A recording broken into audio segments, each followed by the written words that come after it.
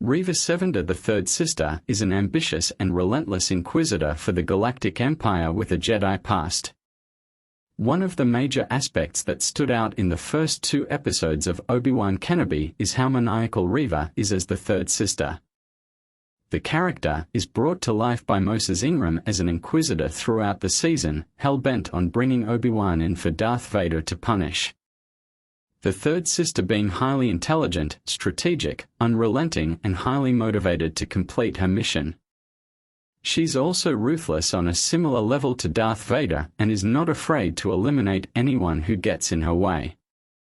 Her questionable methods often put her at odds with the other Inquisitors, but have also gained personal recognition from the Dark Lord himself. Reva's work as an Inquisitor hails her as the Anakin Skywalker character for the Obi-Wan Kenobi series. This is further supported by the fact that out of the other Inquisitors, she's the one who gets the most character development and even had her own backstory hinted at in Episode 2. She rose out of nothing and is a valued member of the Inquisitors purely due to her work. In Episode 4 of Obi-Wan Kenobi, Reva reveals more about her origins, which further hint at her having started out as a youngling. Having captured Princess Leia Organa in Episode 3, Reva brings the 10-year-old girl back to Darth Vader's fortress on an ocean moon in the Mustafar system. In an interrogation room, Reva employs various methods to try and gain Leia's trust and reveal the locations of the Resistance fighters. One of the methods she tries on Leia is connecting with her on an emotional level by revealing details about her own childhood. In a scene where Leia attempts to attack Reva with her own droid, Lola, Reva captures it using the Force, but doesn't destroy it. Instead, she reveals to Leia that she used to have a droid as a child as well, which was taken from her, along with everything else that mattered to her. It can be inferred that Reva's prowess with a lightsaber and her advanced knowledge of the Force, that most likely Reva began training as a youngling with her droid. As was revealed in the Star Wars prequel films, The Phantom Menace, Attack of the Clones and Revenge of the Sith, Jedi training starts at a very young age. Force-sensitive children began as early as ages 5 or 6 and learned their lightsaber skills using a helmet and a training droid. One scene from Attack of the Clones depicted the younglings experiencing a simulation with their helmets and the droids simulated lasers from gun blasters for the younglings to deflect with their lightsabers. When Order 66 was eliminated in Revenge of the Sith, the younglings in one of the Jedi temples were seen hiding from the danger until Anakin entered one of the rooms. Since Anakin was an instructor, he was someone the younglings trusted and came out of hiding thinking he would protect them, but he was actually there to harm them, which is partly why he succeeded in murdering all the younglings at that particular temple. In Obi-Wan Kenobi Episode 1, younglings from another Jedi temple are seen escaping their deaths and were amongst the ones smuggled to safety by Resistance fighters. It's also shown in Episode 4 that not all of them made it out alive, as one of the corpses on display in the fortress's trophy corridor is a youngling. This confirms the Inquisitors targeted younglings in their hunts for remaining Jedi, and Reva may have been one of the ones initially captured. Instead of being killed, however, one of two things most likely happened in Reva's case: either Vader recognized her own anger and chose to weaponize it by making her an Inquisitor, or she surrendered herself to Vader as a way of protecting herself. While it's not confirmed, it seems pretty clear that Reva is one of the escaped younglings from the first scene of the show. If she saw an unmasked Darth Vader killing Jedi, it makes sense she knows who he actually is. Interestingly, because Reva knew the secret about Vader being Anakin Skywalker, and the way she leveraged it to shock old Ben, many wondered what her true intentions were and if she was indeed working for Darth Vader. Episode 3 of the series revealed her objective and the demented methods she's deploying to solidify a reputation with her leader. Reva's intentions were murky from the moment she stabbed the Grand Inquisitor, seemingly killing him, which Darth Vader admitted he was pleased by. She made it clear she would have nothing stand in the way of her realizing her goals. However, she lied about killing the Grand Inquisitor and framed Obi-Wan for the act. Clearly she's working for herself, but trying to play Vader is not smart since he can use the dark side to draw out lies. That said, Reva later showed up the fifth brother at a meeting, even after he used Force telekinesis to subjugate her. She reaffirmed they needed to deploy more probes to scour for Ben, especially after she had a private chat with Vader and got the boss blessing. Fifth brother was upset, as is next in line to become Grand Inquisitor based on the hierarchy they set up. Little does he know, Vader already promised her that role once she succeeds in capturing Obi-Wan. It means she could also be eyeing the elimination of the fifth brother to prevent him sealing her promotion. This cutthroat attitude is definitely the Sith way, allowing Reva to push ahead in the rankings. Later in the episode she assists the Dark Lord in reaching Mapuzo, which resulted in the Sith warlord flaying and almost taking Obi-Wan in, and Reva eliminated the smuggler meant to take Leia back home. The episode ended with her trying to fool and kidnap Leia, reiterating Reva's a strategic mind for as much leverage as she can get. This means she could try to strike at the heart of the Organas and Alderaan one more time for their rebellious dealings, and that she may even find a way to use this smuggling ring to snuff out other enemies of the Empire. Reva in some ways proved herself to be the apprentice we never knew Darth Vader had.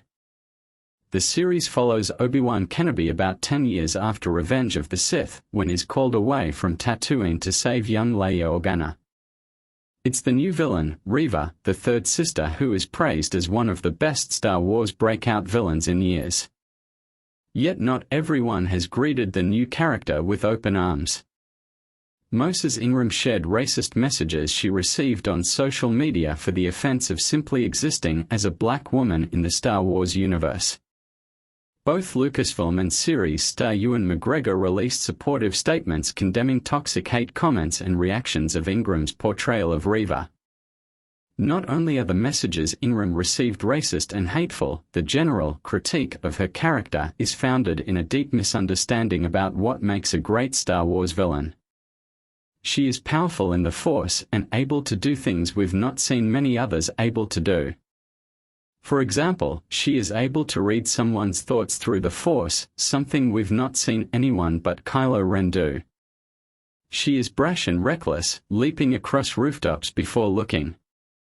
She is obsessed with finding and defeating the person she considers her enemy. Ultimately, she gives into her fear, hate and anger to become a terror of the dark side at the side of Lord Vader. Yet, unlike Anakin, she did not have an Obi-Wan or any of his other friends to offer her a new path.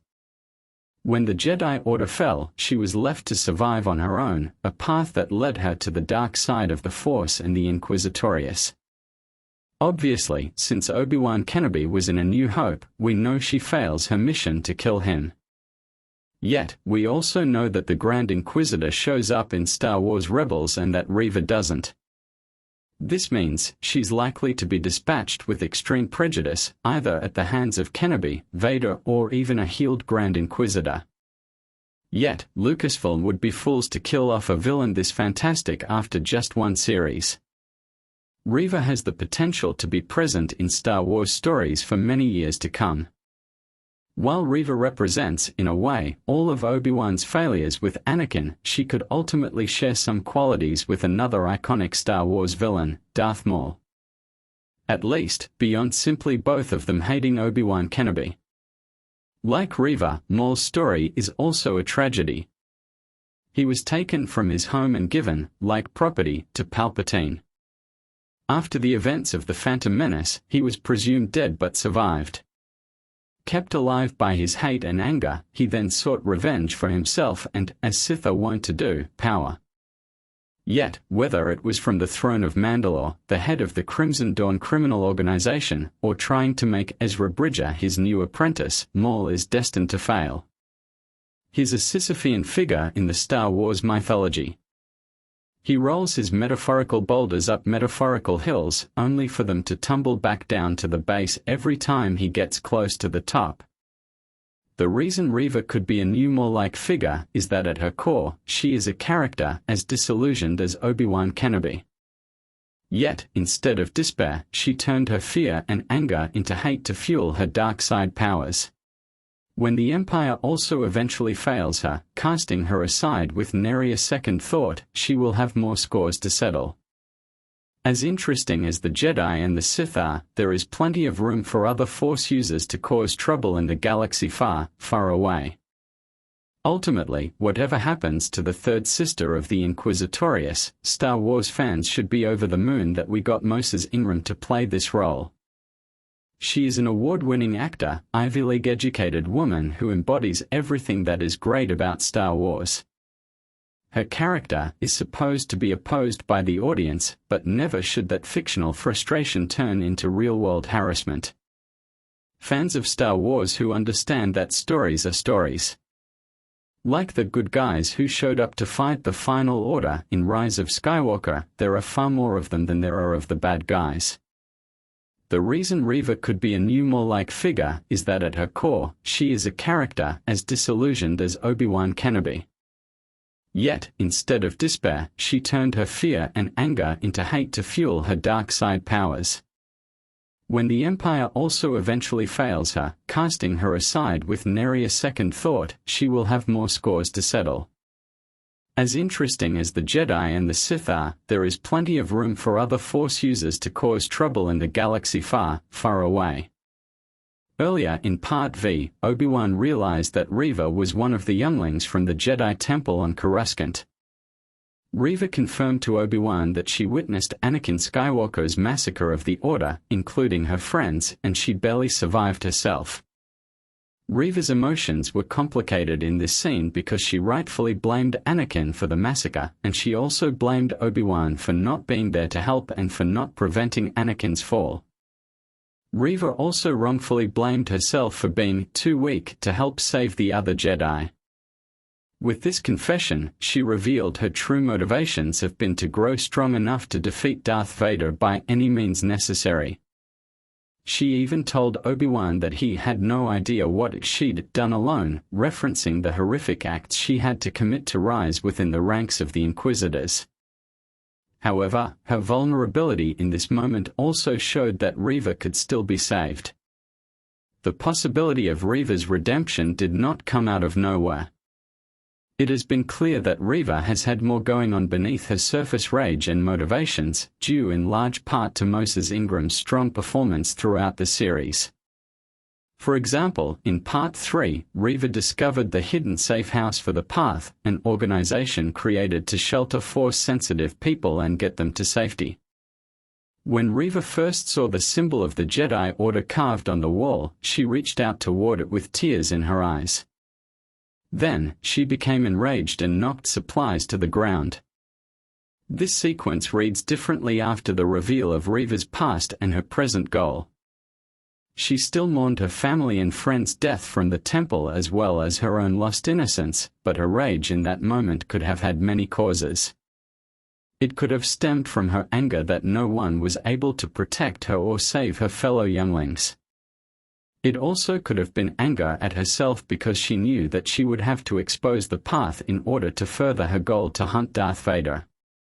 Or, Reva's anger could have been a mix of her complicated grief and trauma that she had to experience. Regardless of the full cause of Reva's rage, this moment in Part 3 was an important building block leading to Reva's possible redemption.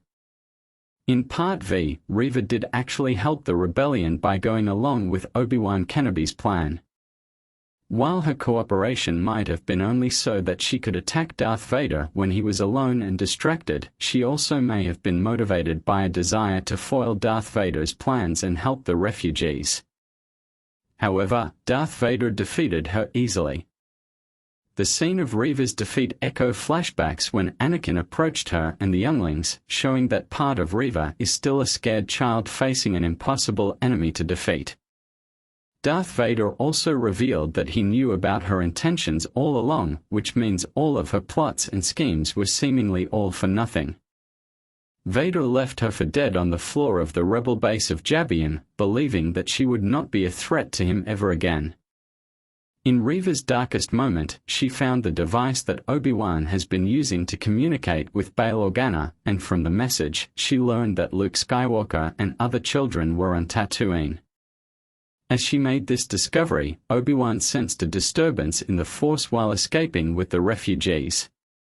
While he reassured Roken that what he sensed was probably nothing, it was clear that Obi-Wan believed something was truly wrong. While these cues seem to imply that Reva is a threat to Luke, this foreboding framing could be a misdirection. Thus far, Reva has been motivated by revenge against Darth Vader, and she has committed horrifying acts in order to achieve said revenge. Her defeat in Part V could harden her against Obi-Wan and make her a threat to Luke. However, her darkest moment will instead inspire her to turn back to the light and protect other Force-sensitive children from the Empire, leading to her own redemption.